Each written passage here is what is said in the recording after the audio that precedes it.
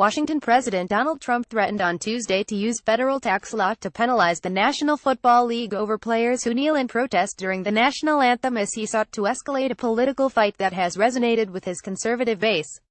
In one of a series of combative early morning tweets, Trump said that Congress should eliminate a law that has allowed the NFL central office to avoid paying taxes as a non-profit entity.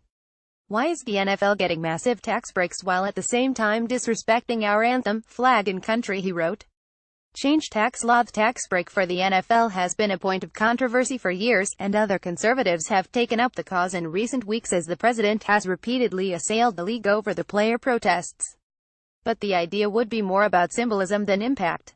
The tax break applies only to the central office, not the teams, which already pay taxes as for-profit organizations, and the NFL voluntarily gave up the tax exemption for its league office in 2015. Trump on Tuesday also focused his fire again on Jemele Hill, the SportsCenter host on ESPN who previously called the president a white supremacist.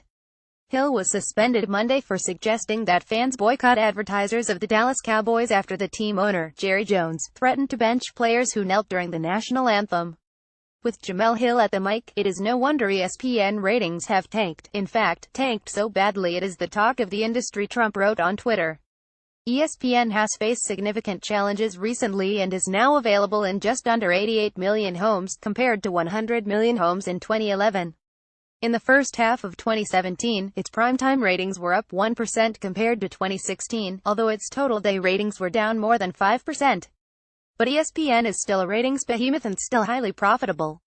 In the third quarter, it led full-time cable networks in total day and primetime ratings among key demographics, men ages 18 to 54. The president continued to be animated by his fight with the sports world. He has enthusiastically kept up his attacks on the NFL, with which he has a long history of antagonism. A one-time owner of the New Jersey Generals in the upstart United States Football League, Trump persuaded other owners to sue the NFL using antitrust law. The USFL won the suit on the law, but the jury awarded only $1 and damages tripled to $3 by law, and Trump's league ultimately folded. The NFL's tax exemption has long been controversial. The league's 32 teams are for-profit businesses that pay taxes accordingly, but the central office became a non-profit organization decades ago. In response to the criticism, the league in 2015 voluntarily gave up its tax-exempt status because of what it called the distraction. It is not clear that it cost the league much money.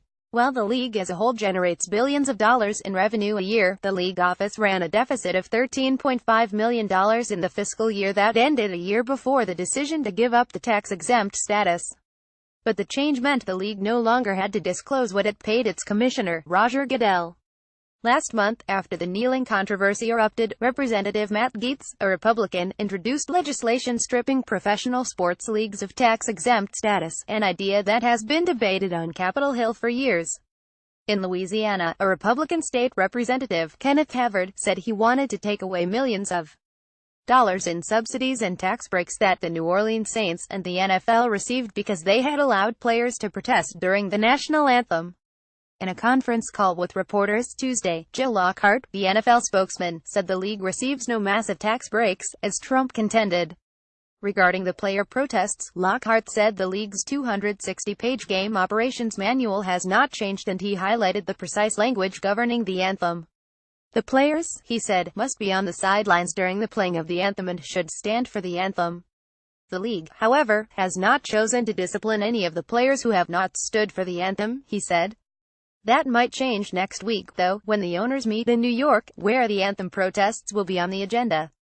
Goodell and the owners want the players to stand because we think it's an important part of the game, Lockhart said, and there's a strong feeling at every level that we ought to be getting back to football. New York Times.